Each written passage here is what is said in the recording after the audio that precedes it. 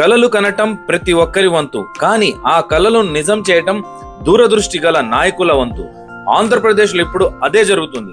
దూరదృష్టి గల నాయకుడు గౌరవ ముఖ్యమంత్రి వర్యులు శ్రీ నారా చంద్రబాబు నాయుడు గారు తీసుకున్న నిర్ణయాలు మైనారిటీ విద్యార్థుల భవిష్యత్తును మార్చుతున్నాయి. ఉర్దూ అకాడమీ చైర్మన్ శ్రీ మొహమ్మద్ ఫారూక్ షిబ్లీ గారి నియామకం తర్వాత ఆవో ఉర్దూ సీఖే కార్యక్రమంతో ఉర్దూ భాషను ఎవరికైనా 20 రోజుల్లో నేర్చుకునేలా వినూత్న పద్ధతి తీసుకొచ్చారు. రాష్ట్ర వ్యాప్తంగా ఉర్దూ భాషకు కొత్త ఊపిరి పోశారు. అదే విధంగా వక్ఫ్ బోర్డు చైర్మన్ గా అబ్దుల్ అజీజ్ తాలిమే హునర్ అనే అద్భుత కార్యక్రమాన్ని ప్రారంభించారు. 10వ తరగతిలో 75% మార్కులు సాధించిన విద్యార్థులకు టాలెంట్ టెస్ట్ నిర్వహించారు. 250 మంది ప్రతిభావంతులైన విద్యార్థులకు కార్పొరేట్ కాలేజీలో ఉన్నత విద్యకు ఉచితంగా అందించే బాధ్యత వక్ఫ్ బోర్డు తీసుకుంది. ఈ రోజు 250 మంది, రేపు 500 మంది, ఇలా వేలాది విద్యార్థుల కలలను రెక్కలు కట్టే ప్రయత్నం ఇది.